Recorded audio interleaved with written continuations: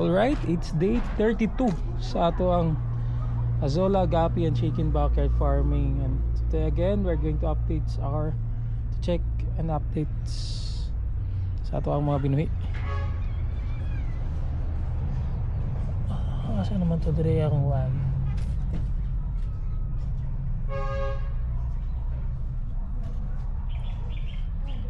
So, alive pagyapon sa tanan guys. Guys, atong mga Gapi and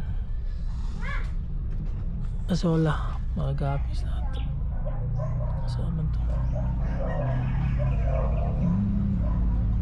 Check na ako if duha pa bagyapon. Kaya duha man akong gibutang dire. But ang temperature dire guys, I think it's very cold. Ugnaw ka siya. So buhi pang duha. But nadagko na sila. Lahi ra kayong temperature dyan kay among place is very cold at night. Tugnaw gi kay diri sa mua pita. Okay, so they're still alive and itong duckweed diri still no spot.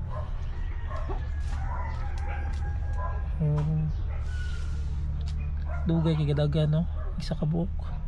Siyempre isa ka buok.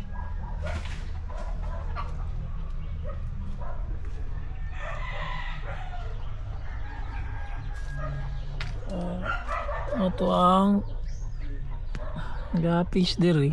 Iduagan ako di siya og isa. Ito katong gikaan ako sa kining diri. Itong dito spikas.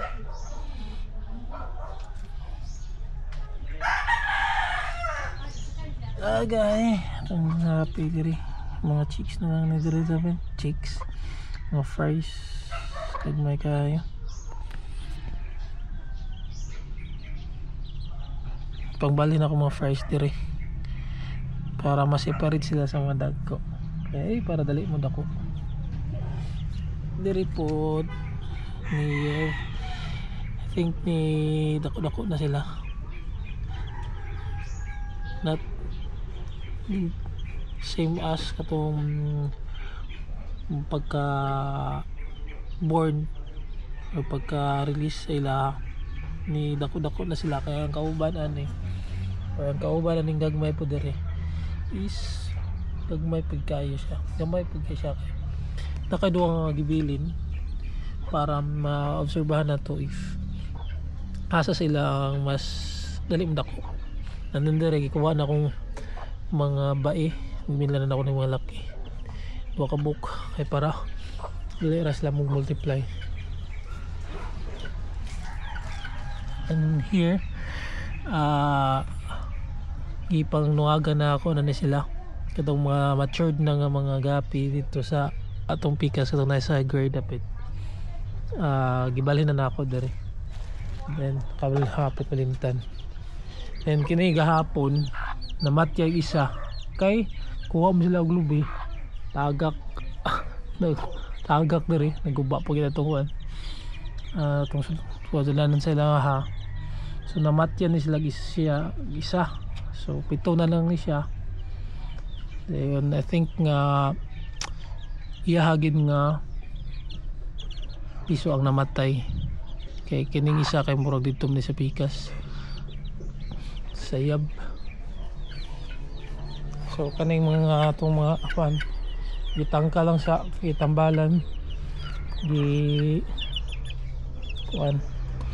tambalan na to kay para maulian na yung mga galuya. Nagkwanta og gitrasin lang, gitrasin gold itong gitambal. Ayan itong mga gapis diri gikan tong nasa block. Itong mga dagko-dagko na ako nang gikuha kay para mauban sila sa mga matured na nga mga gapis.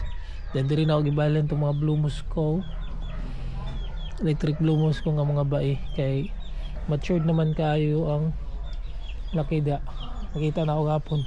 Sabi kanindot na kayo siya tanahon. Stay lang mo dia. Atong panda still okay ra gyapon sila. Patri gyapon. So na duha ka buok ring nga fries.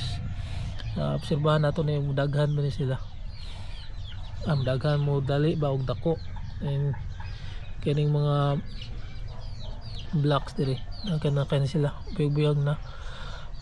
I think naka-enjoy na sila silang setup dire itong panda. And then ang ato ang kanawayon gusto giya pang tusik ko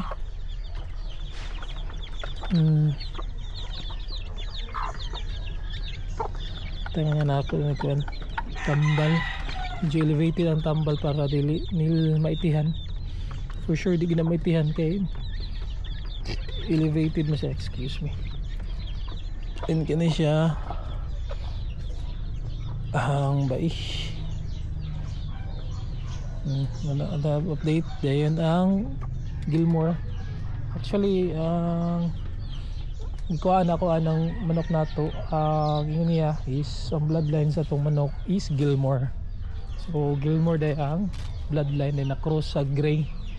So munang naatay mga gray food. Nandire itong mga tuxedo po nga mga gapis. Alive pagyapon guys sila. So far ang kani diri nga sit up ang mga gapi nato diri ang pinaka alive tungod siguro sa space nga ilang galanguyan munang alive kay sila. And ang kuha na lang ginato is para madaghan ng mga azola nato, but so far daghan naman. Mas padaghanon pag nato na.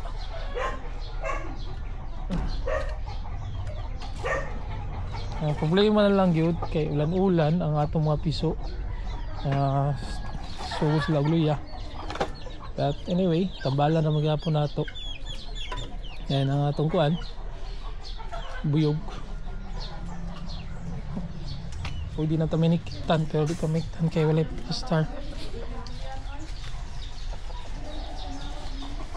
Ayun atong Bisaya nga manok. Bisaya line. Mayroon doon lang sila kabuok, but so far they are a little bit healthy. Ang kanawayon nga laki ba yun? Wow kayo piso, wow kayo. So paning kamutan na to nang survive. Hopefully wala na itong gamiton nga broodcock ay laki ra ba dyan siya. So mabuhi unta. So patawalo sa future anang piso Bisaya.